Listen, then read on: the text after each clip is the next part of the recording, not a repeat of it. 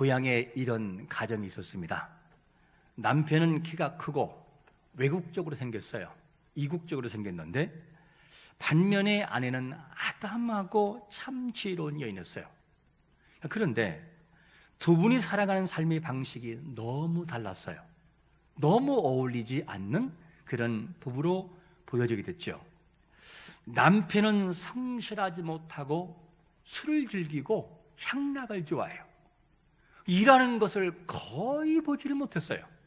그런데 아내는 참 성실하고 열심히 일을 하고 정말로 보기에도 참한 그런 여인이었어요. 그러다 보니 남편이 해야 할 몫을 아내가 거의 했어요. 그래서 아이들도 아빠를 좋아하지 않고 엄마를 따랐어요. 이게 제가 봤던 이 하나의 모습의 가정이었습니다. 외적으로 볼 때는 참 어울리지 않아요. 어울릴 수도 없을 뿐더러 안 될 수 있는 가정처럼 보여져요. 그래서 이분은 어떤 분이냐면 일을 전혀 안 하다가 이분이 어느 날 낫을 들고 논두렁을 깎아요. 그럼 사람들이 하는 말, 아이고 내일 비 오겠네. 그러면 거의 비가 오는 때가 많았어요. 경험으로 볼 때 꼭 그렇다고 비가 오는 건 아니지만 비가 오는 날이 참으로 많았어요. 그래서 이 가정은 참으로 어울리지 않는 것처럼 보여지는 그런 가정의 모습을 보았어요. 여러분들은 어떻습니까? 우리의 가정은 어떻습니까? 남편과 아내, 우리 가정의 달을 맞이해서 남편과 아내는 성향과 성격이 잘 맞습니까? 취미가 같습니까? 아니면 정반대입니까? 아유, 우리 부부는 정말 안 맞아요. 정말 안 맞아요. 이렇게 하는 부부인지 한번 생각해 보십시오. 그런데 중요한 것이 하나가 있어요. 우리를 부부로 만나게 한 것은 뭐냐면 온전하기 때문에 부부로 맺어준 것이 아니라 온전하지 않지만 누군가가 온전한데 너희 둘이 만나서 온전한 가정을 만들어 봐봐 하고 우리에게 가정을 허락하신 것을 믿고 만들어 가시기를 축원합니다. 그렇게 만들어 가야 돼요. 온전해서가 아니라 온전하라고 만들어 주신 가정, 이게 부부라는 것이죠. 그러므로 이런 가정이 되기 위해서 노력해야 돼요. 참 많이 노력하고 기도를 많이 해야 돼요. 그래야 온전한 가정이 될 수가 있어요. 그런데 오늘 말씀 보니까 오늘 본문에도 온전하지 못한 가정이 나와요. 미련한 자라는 이름을 가진 나발이 미련한 자거든요. 그래서 나발 불지 말라, 나발이 여기 나온 건 모르겠으나 어쨌든지 나발이에요. 미련한 자. 이 사람은 뭐냐면 나발이라고 하는 사람을 소개할 때 이 가정을 이렇게 소개해요. 사무엘상 25장 3절 보니까 이렇게 소개해요. 제가 읽어볼게요. 그 사람의 이름은 나발이요 그의 아내 이름은 아비가일이라. 그 여자는 총명하고 용모가 아름다우나 남자는 완고하고 행실이 악하며 그는 갈렙 족속이었더라. 자, 이 내용을 보면 남편은 굉장히 마음이 완고해요. 그리고 행실이 악해요. 대화를 하려고 대화가 안 되는 남편. 그런데 반면에 아내는 굉장히 총명해요. 거기에다 뭐까지 갖췄어요? 아름다움까지 갖췄어요. 와, 여러분들의 우리 남편들은 이런 아내가 되시기를 축원합니다. 총명하고 아름다운 여인. 이런 여인 누구냐? 아비가일이었어요. 위의 내용을 바라보면 나발과 아비가일은 어울릴 것 같아요? 안 어울릴 것 같아요? 와, 저는 이 말씀을 읽으면서 그리고 묵상하면서 참 안타깝다. 아내가 많이 힘들겠다. 너무너무 힘들겠다. 이런 생각이 그냥 들었어요. 읽으면서 얼마나 답답했을까? 아내 마음이 얼마나 답답하고 아팠을까? 이런 생각이 저절로 그냥 들었어요. 남편은 부유하지만 소통이 안 되는 남편. 왜 아빌가일같이 총명하고 아름다운 자가 이 나발 같은 사람하고 결혼했을까? 남편이 워낙 부유하니까 그의 부모가 권위해서 결혼했을까? 아니면 어쩔 수 없이 결혼해야만 됐을까? 이유는 잘 모르겠으나 중요한 것은 뭐냐면 언론 보기에도 답답하다, 참 대화가 안 되고 불행해 보이는 가정처럼 보이기도 해요. 그러나 여러분, 중요한 것은 한쪽이 어느 한쪽이 부족해도 다른 한쪽이 넘어지지 않도록 버팀목을 만들어주면 그 가정은 세워질 수 있음을 믿으시기를 축원합니다. 세워질 수 있다는 거죠. 이거를 기억하는 것이 참 중요해요. 그래서 잘 어울릴 것 같지 않은 이 가정이 근데 문제가 생겼어요. 무슨 문제가 생기냐? 다윗은 어느 날 사울왕에게 쫓기고 있었어요. 쫓기고 있다 보니까 다윗의 병사들과 함께 배고팠어요. 그래서 다윗이 이 나발이라고 하는 이 마온 지역에 와서 나발이 마침 양털을 깎는다라는 소식을 듣고 소년들을 보냈어요. 너희들 가서 내 이름으로, 다윗의 이름으로 이야기하고 음식을 달라고 하라. 그러면 줄 것이다. 그리고 소년들이 갔어요. 이 당시에 다윗이 보낸 소년들이 음식을 가져올 수 있는 확률이 높은 것은 뭐냐면, 나발은 양이 3,000마리요 염소가 1,000마리고 이 정도의 가정이라면 음식을 충분히 줄 수 있어요. 근데 여기에다가 뭐가 있느냐? 양털을 깎아요. 당시에 양털을 깎는 것은 1년에 2번 깎아요. 그 중에 1년에 2번을 깎는데 양털을 깎는 것은 우리나라의 뭐와 같으냐?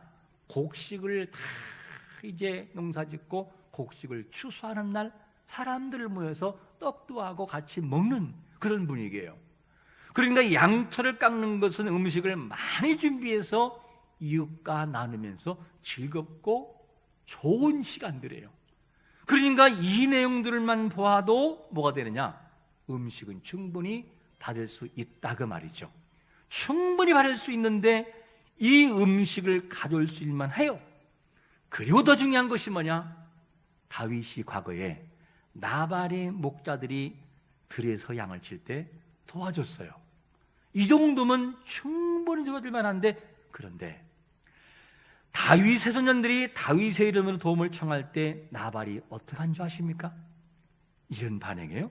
사무엘상 25장 10절 같이 한번 읽어볼까요? 시작. 나발이 다윗의 사원들에게 대답하여 이르되 다윗은 누구며 이새의 아들은 누구냐? 요즘에 각기 주인에게서 억지로 떠나는 종이 많도다.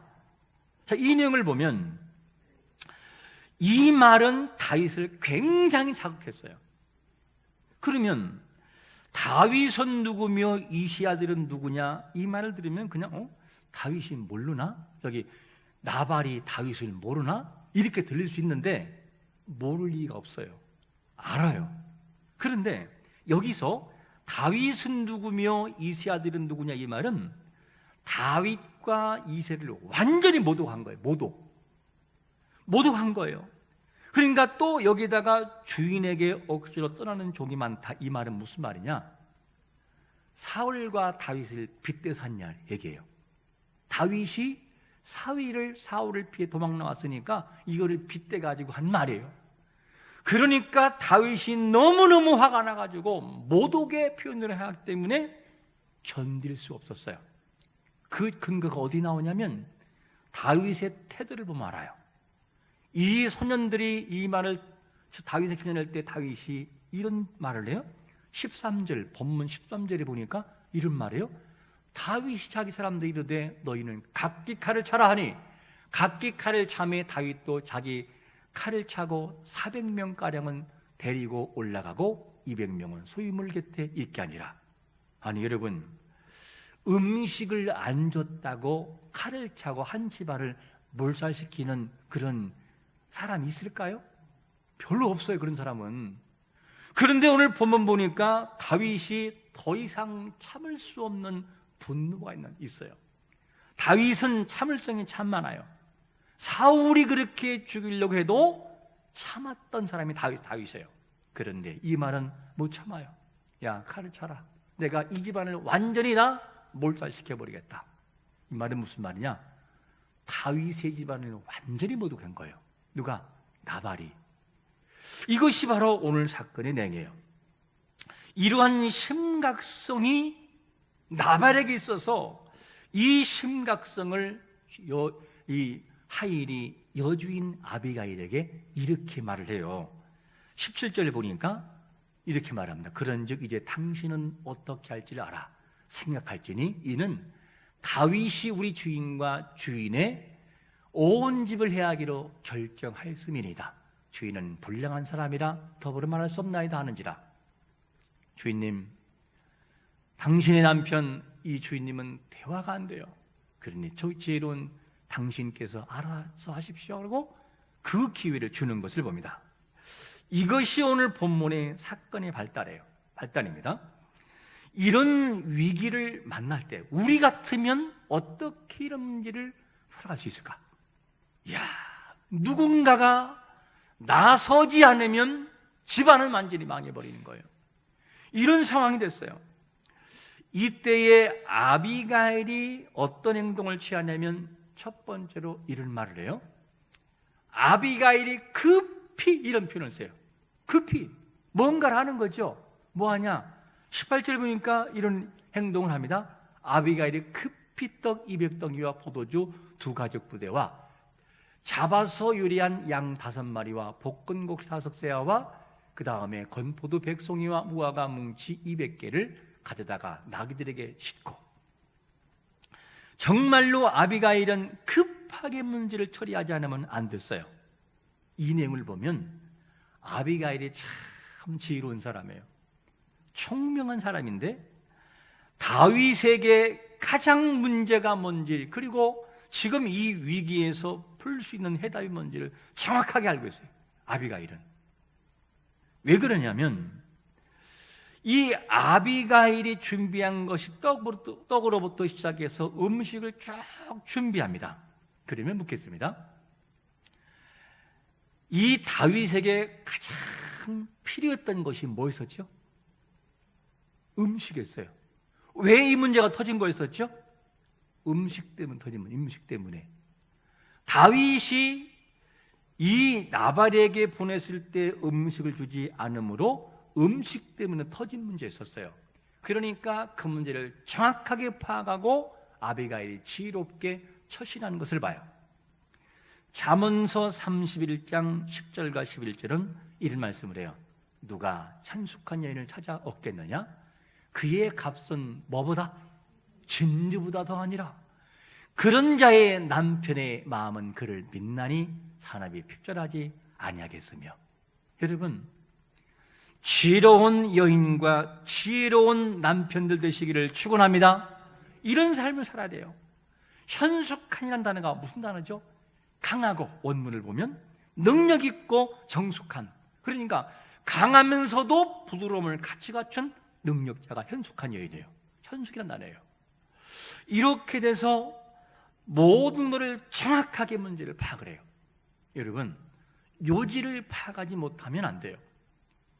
문제를 풀어갈 때도 문제를 자세히 읽는 사람은 답을 정확하게 써요. 자, 똑같은 문제를 만나도 지혜롭게 처신하면 문제가 해결돼요. 어윈 루쩌라고 하는 목사님이 쓴 7가지 대표적인 기적이라는 그런 책에서 이러한 재미있는 내용이 실려 있어요. 교회가 있고 그 옆에 술집이 있어요. 그런데 교회 옆에 술집이 있으면은 예배 드릴 때 얼마나 방해되겠어요. 막 소리를 지르고 술소리가, 막는 소리가 들리고, 그러다 보니까 교인들은 너무나 힘들어서 기도하기를 뭐라고 기도하냐면, 교인들이 모일 때마다 주여 술집이 벼락 맞아 불타게 주시옵소서, 이렇게 계속 기도했어요. 뭐 맞아서? 벼락 맞아가지고 술집이 불타게 해달라고 이들을 계속했네요. 그러면 이 소리가 주인에게 들어갈까요? 안 들어갈까요? 들어가요. 여러분들의 비밀이야 이렇게 말한 그 말까지 들어가요. 이 비밀이야 말까지. 그래서 계속 기도했네요. 그러던 어느 날 실제로 하늘에서 벼락 떨어져가지고 술집이 홀딱 타버렸어요. 그래서 술집 주인이 너무 화가 났어요. 그래서 변호사를 사가지고 고발했어요. 교회를. 저 교회가 모일 때마다 기도하기를 저 술집에 벼락 맞아 불타게 해달라고 해서 이렇게 탔다고. 그리고 이렇게 고발했는데 이 일로 인해서 교회를 향해서 손해배상 청구를 하고, 그리고 누가 만나냐? 술집 사장님하고 교회 장로님들하고 같이 법정에 선 거예요. 이렇게. 그러니까 술집 주인은 교회 때문에 불탔다. 교회 장로님들은 무슨 소리냐? 교회가 기도해서 불탄 증거가 있느냐? 그러니까 법정에 섰어요. 그리고 이 말을 다 들어보니까 기가 막힌 거예요. 술집 주인은 계속해서 교회가 기도해서 그렇다고 하고, 장로님들은 무슨 소리냐? 아니다. 기도해서 그러는 거냐? 그럴 수 없다. 증거를 대라. 판사가 고민을 해요. 고민하다가 한참 고민하다 내리는 판결이 뭐냐면, 술집 주인은 기도를 믿었고 교회 장로들은 기도를 믿지 않았음. 내린 판결이 뭐냐? 결국에는 교회가 배상을 하라. 그 교회는 뭐가 됐냐? 기도도 믿지 않기 때문에 망신당했어요. 그리고 이 재판장이 집에 가서 아내에게 이런 말을 해요. 여보, 오늘 참 이런 일이 있었는데 내가 뭐가 뭔지 모르겠다. 왜 그러냐 했더니만, 나는 술집 주인의 믿음이 더 좋은 건지 교회 장로님들이 더 믿음이 좋은 건지 도무지 구분할 수 없다. 이런 말을 하는 거예요. 아니, 술집 주인은 기도해서 배당 냈다고 믿는데 교회 사람들은 안 믿는다는 거죠. 어떻게 말하고 대처에 따라서 판도가 달라져요. 오늘 본문에 이 지혜로운 아비가일의 대처가 모든 문제를 잘 해결하게 만드는 것을 보게 됩니다. 아비가일은 지혜로운 사람이기 때문에 미련한 남편에게 이 얘기도 하지 않고 비밀에 붙였어요. 해결될 때까지. 왜? 이 문제를 하면 또 와서 방해할 거니까. 여러분, 이처럼 아비가일은 지혜롭게 처신해서 문제를 잘 풀어가는 것을 봐요. 우리의 가정자를 맞이해서 어느 한쪽이 부족해도 어느 한쪽이 지혜로우면 이 문제를 해결할 수 있음을 믿으시기를 축원합니다. 그래서 지혜를 가지고 함께 가정을 만들어 가야만 돼요. 누군가는 그 중에 지혜로운 자가 있다는 거죠. 이렇게 해서 다윗에게 가장 필요한 음식의 문제를 잘 해결했어요. 그리고 난 다음으로 이 아비가일이 두 번째로 이렇게 문제를 풀어가요. 가장 무슨 말로? 위로가 되는 말을 해요. 다윗의 마음을 완전히 녹여놓아요. 한번 현대인의 성경으로 26절과 28절, 한번 길지만 같이 읽겠습니다. 시작. 당신이 직접 당신의 손으로 사람을 죽여 보복하는 것을 여호와께서는 금하셨습니다.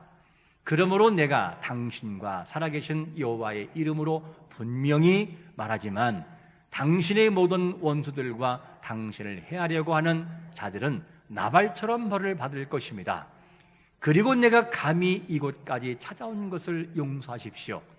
여호와께서는 당신과 당신의 후손들을 위해서 영원한 왕국을 세우실 것입니다. 이것은 당신이 여호와를 위해 싸우고 있을 뿐만 아니라 지금까지 당신의 생활에서 악을 찾아볼 수 없기 때문입니다. 와, 이 말을 들어보면 다윗이 지금 가장 힘든 게 뭐냐면 사울에게 쫓기고 있는 거였어요. 그런데 그것도 억울하게 쫓기고 있어요. 또 한 가지, 이스라엘의 왕이 올라야 되는데 사울이 방해하고 있어요. 그 다윗의 말을, 이 아비가일의 말을 들으면 아주 마음을 휘어파요. 그냥 가장 필요한 말, 당신은 어떤 사람입니까? 사울이 그렇게 당신을 죽이려고 해도 당신이 피했잖아요. 피를 흘리지 않기 위해서 피했잖아요. 저는 그걸 알고 있습니다. 그런가 하면 바로 당신은 반드시 다시는 당신의 그 집안을 통해서 반드시 영구한 왕국을 세울 것입니다. 두 가지를 다 말해요. 이게 뭐냐면 바로 이 아비가일의 지혜였어요. 사람은 똑같은 말을 해도 정말 감동되는 사람이 있는가 하면 똑같은 말인데 너무 가슴에 꽂히는 사람이 있어요. 그래서 잠언서 25장 11절에서 뭐라고 말하죠? 경우에 합당한 말은 아로새긴 은쟁반의 금사관이라. 경우에 합당한 말 참 중요하죠. 언어를 어떻게 사용하에 따라서 상대의 마음이 움직이기도 하고 울기도 하고 웃기도 해요. 예를 하나 들어볼까요? 베스트셀러 하상욱의 시 한번 나중에 가서 읽어보십시오. 이 시를 보면 그의 시는 아주 간결해요. 아주 간결하고 단순하면서도 뼈대 뼈가 있고 웃게 만들고 울게 만들고 생각하게 만들어요. 예를 하나 들어볼까요? 이런 단어죠. 뭐가 뭔지 그 다음에 뭐가 나온 줄 알아요? 연말정산. 연말정산할 때 여러분 잘 알아요? 뭐가 뭔지를 모르겠어요. 누구에게 도움을 받지 않으면 잘 안 돼. 그러니까 이거를 뭐가 뭔지 뒤늦게 연말정산. 그 속에 뼈가 있어요. 그런가 하면 이런 말이도 있어요. 전 여자를 밝힙니다. 응? 이렇게 말하죠. 그 다음에 뭐가 나온 줄 알아요? 여자를 더 빛내도록. 이 말은 무슨 말이냐면 자기가 여자를 밝히는 사람이라고 해서 이것이 야한 것이 아니고 처음에는 축하하게 만들어. 그럴 수 있나? 그러다가 자세히 보면 뭐냐? 웃게 만들어요. 야한 것이 아니라 여자를 더 빛내고 높이고 세워주어서 불을 밝혀주는 사람입니다. 똑같은 말인데 이렇게 달라요. 그래서 이 내용들을 의외성, 다른 말로 말하면 예상 뒤엎음, 또 다른 말로 말하면 이것을 반전기법이라고 말을 합니다. 이게 언어의 기술이에요. 여러분, 말도 배워야 돼요. 똑같은 말이라도 배우는 사람과 배우지 않는 사람은 달라요. 언제까지 시장표 언어를 가지고 죽을 때까지 그렇게 사용할 수는 없잖아요. 이왕이면 품격 있는 말로 상대의 마음을 움직이면 얼마나 좋겠냐는 거죠. 이것은 계속해서 간다는 거죠. 그래서 우리는 그리스도인들이에요. 아무렇게나 말할 사람들이 아니라 선한 언어와 감동적인 언어로 누군가를 감동시켜야 돼요. 왜냐? 그 속에 복음이 함께 곁들이기 때문에. 그런데 오늘 본문에 나오는 이 아비가일은 정말로 지혜로워요. 그래서 그 다윗의 분노한 마음을 착 가라앉히는 걸 봐요. 그래서 총명한 여인의 말 때문에 극도로 분노에 찼던 다윗의 마음이 어떻게 바뀌느냐? 놀랍게 바뀌어요. 바로 이렇게 바뀝니다. 사무엘상 25장 32절과 33절 한번 다윗의 심정으로 같이 읽어봅니다. 시작. 다윗이 아비가일에게 이르되 오늘 너를 보내어 나를 영접하게 하신 이스라엘의 하나님 여호와를 찬송할지로다. 또 내 지혜를 칭찬할지며 또 내게 복이 있을지로다. 오늘 내가 피를 흘릴 것과 친히 복수하는 것을 내가 보세요. 그 지혜로운 총명한 여인 하나의 지혜가 온 집안을 멸할 것을 막아놓아요. 이게 지혜라는 거죠. 이게 가정이에요. 그러니까 아비가일이 얼마나 지혜로운지를 알 수 있어요. 우리는 오늘 본문을 보면서 부부와 가정을 한번 살펴봐야 돼요. 우리 부부는 어떤가? 그리고 가정은 어떤가? 그리고 우리의 자녀들의 가정은 어떤가? 남편이 나발 같다 할지라도 지혜로운 아내가 있으면 회복될 수 있음을 믿으시기를 축원합니다.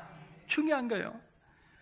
아내가 반대로 나발 같은 성품을 지녔다면 남편이 아빌가일 같은 지혜를 가지면 해낸다는 거죠.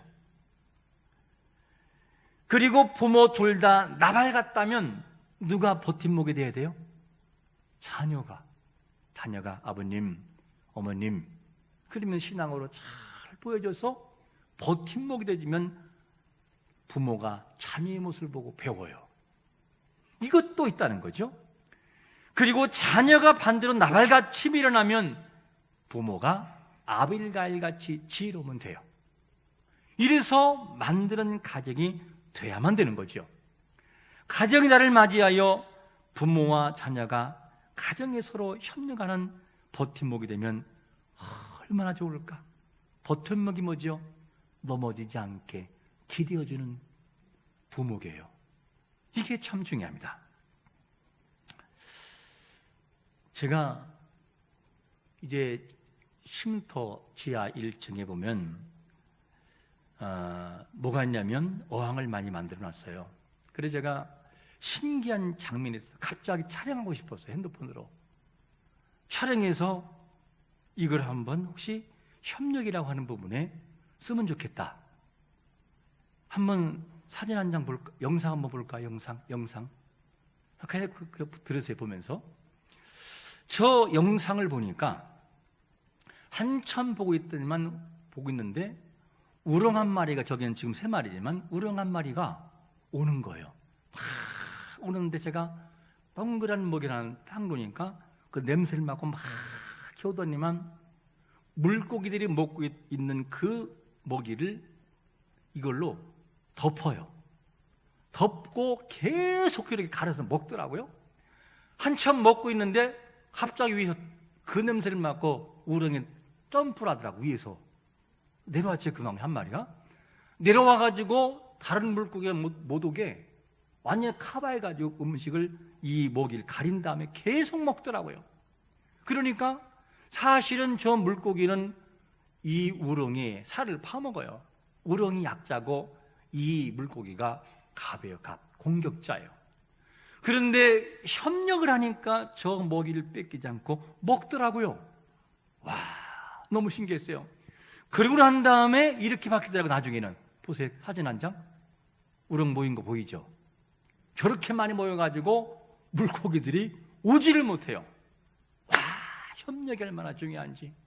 아니, 약한 우렁이 물고기에게 잡혀먹는 존재인데 한 마리, 두 마리, 세 마리 모이고 협력하니까 군집을 이루니까 물고기가 오지를 못해요. 여러분, 부부간에 버팀목이 되어주는 것이 이렇게 중요해요. 버팀목이 되라. 부모는 자녀에게 버팀목이 되어주고, 그리고 특별히 연세가 지긋하신 부모에게도 자녀가 버팀목이 되어줘야만 돼요. 우리는 이 가정을 만들 의무가 있어요. 오늘 본문에 나발 하나로 본다면 분명히 망할 텐데 아비가일의 지혜로운 처신을 통하여 가정이 살아요. 여러분, 오늘도 이 말씀을 기억하면서 우리의 가정은 온전하기 때문에 만난 것이 아니라 온전하라고 만나게 하신 걸 기억하고 부부간에, 자녀간에, 그리고 온 가족이 믿음으로 협력하여 하나님이 기뻐하시는 가정들을 만들어 가시기를 예수 그리스도의 이름으로 축원합니다. 아멘.